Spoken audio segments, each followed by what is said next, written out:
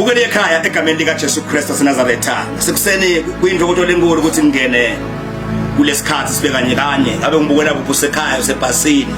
egameni lika Jesu Kristu usemsebentini ofisini lakho egameni lika Jesu Kristu ngithangene emavi emandla namhle kuseni egameni lika Jesu Kristu la ukhona khona mbukele ekhaya ngithi distance is not a barrier uthi ngavimbela live la nkulunkulu ngithi live la nkulunkulu no matter ukuthi ulisho kuphi phansi awufinyelela etindlebeni temuntu lelimtsingako egameni lika Jesu Kristu waseNazaretha ngisangikhulume kafishane ngakumesaba nkulunkulu ngakumethemba nkulunkulu egameni lika Jesu Kristu waseNazaretha mbukela ukhona khona ekhaya angathi lokuthi yina simo lesembi kwakho kepha namhla ngisangene ngikhulume ngenzaba lemcoka kakhulu enzabe kumethemba nkulunkulu mthembe nkulunkulu nothi ngahambi kahle mthembe nkulunkulu kunenzaba lesembi kwakho mthembe nkulunkulu nyembe tehla umthembe nkulunkulu ungawuthola umsebenzi umthembe nkulunkulu kungahambi kahle ekhaya umthembe nkulunkulu make umshado ubhidlika kepha umethembe nkulunkulu egameni lika Jesu Kristu namhla ngathi nje ngifuna ukukhuluma ngebumqoka kakhulu bekumethemba nkulunkulu ngoba abantu engibande emakhaya bafike balimala just because abamethembe nkulunkulu angiphithe ngisho kuseni ngithi asikho simo lesingekutulu kwaNkulunkulu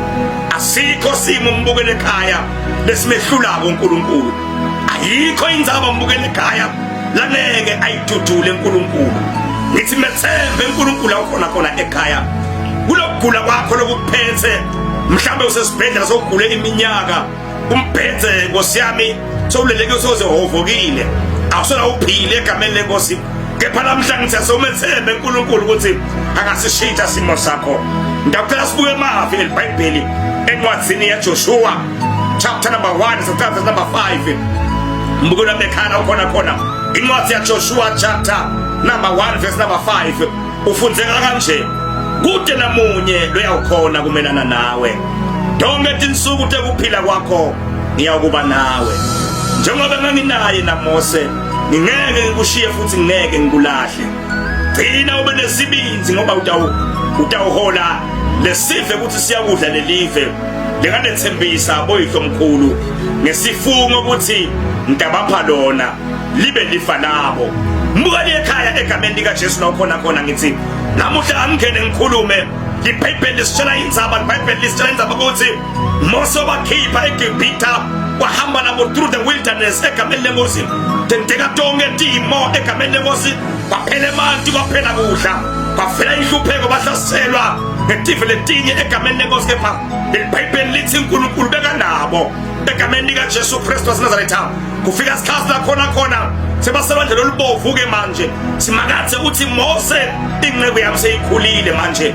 ngeke sakhona ukuthi iyewele nabo uJordani iBhayibheli lithi uNkulunkulu sonika Joshua labe solo ahamba eqeni kwaMoses amumsiti wakhe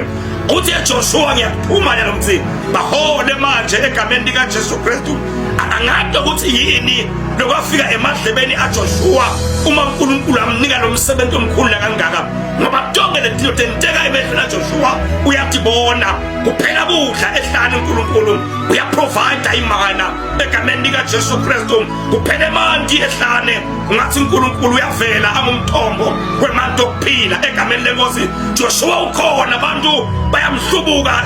Moses bayamhlubuka uNkulunkulu bafuna kushaya Mose bafuna kubele eGibhithe Joshua solo uyabona egameni lika Jesu angibathi buhlungu nematima lokufika Nkosi yami emadlebeni aJoshua bakeva le message levela uNkulunkulu lethi sewutawuhola labantu labalokhuna kangaka Nkosi yami egameni lika Jesu Joshua ngathi ngimbona uyesaba lokuthi Nkosi yami mina lo msebenzi ngivungathi mkhulu kunami egameni lika Jesu Kristu kepha lapha ngathi uNkulunkulu namhla uvete amagama esethembiso kuJobe uvete kuJoshua uvete amagama lapha ekumqinisa Joshua egameni lika Jesu Kristu kulefiya yakhe Joshua uyavela uNkulunkulu namhla ngisangikhulume nasekuseni kulokwesaba kwakho uyavela uNkulunkulu ekuseni uvelela wena egameni lika Jesu Kristu waseNazaretha uthi lo mbhalapha lo verse 5 uthi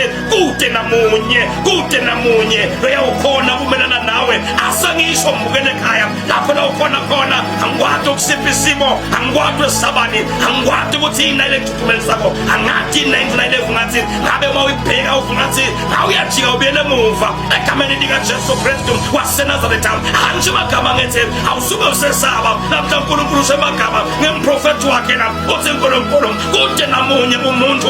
ukhona kumelana nawe asenjimagama lapha ekhaya la ukhona khona mhlambe uyaface ngeopposition lapha ekhaya emndenini wakho enhlotsheni takho egameni lika Jesu Kristu tifuna ukuqosha tikhuluma kabi tekohleba kepha namhlanje ngithi akuqinise ngosengithi kude namunye lotha ukhona kumelana nawe lapha ekhaya ukhona khona ngoba uNkulunkulu ukhona is always by your side egameni lika Jesu asengibuthi ngithi ngabe mukele ekhaya uyakholwa yini lamagama lengasho ukuthi uNkulunkulu utawuba nawe awusube usesaba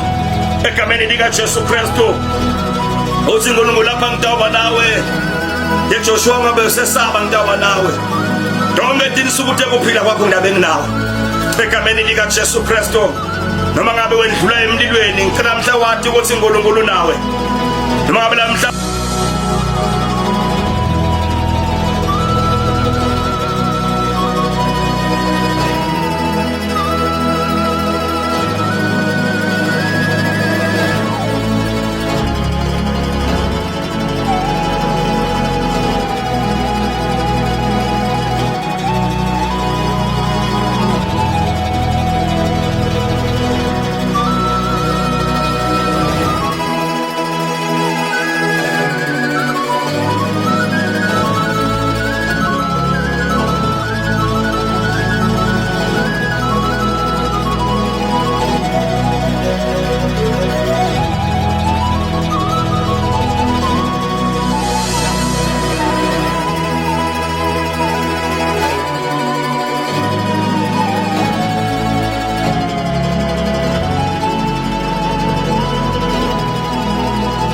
ngiyabona insist khona ngiyabona kude umsebenzi ngiyabona imfeza ihambile ngiyabona likhaya yafa ngiyabona umshado uyabhidlika kepha ngisho amagama ngithi ukhona uNkulunkulu nawe sihlobo sami ekhaya ungabe usesaba ungamlahli uNkulunkulu ungabe usagive up ukhona uNkulunkulu egameni lika Jesu Kristu waseNazaretha uzompha lapha qina umesibinzi nobe utawuhola lesive uthi siyawungena kule live lingalethembisa boyihlo omkhulu ngesifungo ukuthi ngitaba apha lona libe lifa labo lalela ngitshela mbukele ekhaya kunesethembiso uNkulunkulu asinikete lona ikhenane ngeyethu sitawuyidla egameni lika Jesu Kristu lelive ngelethu ngeke ladliwa ngemasela ikhenane ngeyethu ethenjisiwe akunandzaba ukuthi sayekhenane sitawudibana nani egameni lika Jesu Kristu noma singadibana nabo kepha ikhenane siyakhona noma ngaba netinkinga endleleni sayekhenane kepha ekhenane uNkulunkulu sembise yona ukuthi sitawuyidla egameni lika Jesu Kristu ngase bekhaya ngawe uyaprofeta usho amagama uthi lelive ngelami nginikwe inkosi ngidawulidla ngabe uyasho ukuthi lo mshado lengiwo ngekwami nginikwe inkosi ngidawudla egameni lika Jesu Kristu ngase uyasho ukuthi lelikhaya ngilinikwe uNkulunkulu ngidawulidla egameni lika Jesu Kristu sitawulidla khona emadimoni sitawulidla bakhona abathakathi sitawulidla bakhona abasizondayo sitawulidla bakhona abasihlebayo akunendzaba kepha sitawulidla ngoba sinikwe ngabe egameni lika Jesu Kristu ngembukele ekhaya ukhona khona ngithi alamhla sengikunike amandla ngithi asewumethembe uNkulunkulu ngempilo yakho awumethembe uNkulunkulu kule process egameni lika Jesu Kristu uyathi inkosi yami simakade usengawenta umangaliso kule mpilo yakho lebhubhako egameni lika Jesu Kristu angisemagama ngithi sikhatha uNkulunkulu siyafika empilweni yemuntu samkhumbule nawe singakukhumbula uNkulunkulu mbukele ekhaya ungabe usakhala ungabe usesaba ungabaleka sibuyele emuva sithi backward never kepha sithi forward ever asiye emuva ngoba siyamethemba uNkulunkulu egameni lika Jesu Kristu waseNazaretha gcina umesibinzi ngoba utawuhola lesive ukuthi siyekudla lelive egameni lika Jesu Kristu usencwadini Exodus 14:13 usemagama uthi ningesabi gcina nisibinzi ningabe nisesaba uthi namuhla nitawubona kusinzisa kwasimakathe latawunentela kona lamhla usemagama lombhalo uthi lamagibhitha leniwabona ukuthi impilweni teni uthi aniseyawuphinze niwabone asengikhulume nemuntu namagibhitha asemva kokuyaqosha egameni lenkosi kunendzaba ngapha nangapha kunelwandle lobovu embi kwakho egameni lika Jesu lombhalo usemagama uthi asigcine sibinzi singesabi namhla sitawubona kusindisa kwaSimakade lamhla ngithi ngideclare empilweni yemuntu ekhaya kunasimo seligibhitha lelisembi kwakhe ngabe ligibhitha lehlupheko ligibhitha lekweswela ligibhitha lokugula egameni lika Jesu Kristu ngithi ngikhulume nawe ngithi ungabe usesaba kepha manje sibinzi egameni lika Jesu Kristu ngithi lamuhla utawubona kusinzisa kwaSimakade latawentela khona empilweni yakho. The Egyptians that we are seeing today, you shall see them no more, for God will be with you egameni lika Jesu Kristu waseNazaretha. Ngathi bekhona khona ngabe ngithi hamba ngemandla Gideon, hamba ngemandla Khawuleni nemandla sekusedude la siya khona egameni lika Jesu Kristu. Ngeke sayika uNkulunkulu ngenxa inkinga tethu, ngeke sayika khona uNkulunkulu nenza bethi inkinga esidibana nato, ngeke sayika kuthandaza ngenza ba inkinga letsembi kwethu, kepha sihamba kunjalo, sikholwa kunjalo, sikhuleka kunjalo, silifunze kunjalo inkinga tibethi khona la ukhona khona mbukele ekhaya ngithi thole amandla uphine uphakame kumadini ngoNkulunkulu. Phakathi inkosi yemusa ingahlubelelisa umoya wakho egameni lika Jesu Kristu. Angikhuleke nawe nawe mbukele ekhaya uNkulunkulu asekuseni ngiyamkhuleke nawe. Dinisa emadolo aceka komphe sibinzi umphene amandla ekuqhubeka babe egameni lika Jesu Kristu waseNazaretha. Siyathi ukuthi indlela ngongcwele kuhle kube ngathi yaphela khona la, kepha wena Nkosi emandla ekuqhubeka siwathola kuwe. Siphe amandla nembukele ekhaya babe ndebe buhle begama lika Jesu Kristu waseNazaretha. Amen and amen. Mbukeli ekhaya ngumprofeti wakho lo, ngumprofeti ngikhila amadimoni. Ndofuna ukukhonda nathi egameni lika Jesu Kristu khona njalo nga Sundays from 10:30 until late. Ndofuna kumbona umprofeti for 1 uba khona njalo ngalesithathu nanjalo ngemgcibelo egameni lika Jesu from 11 until late.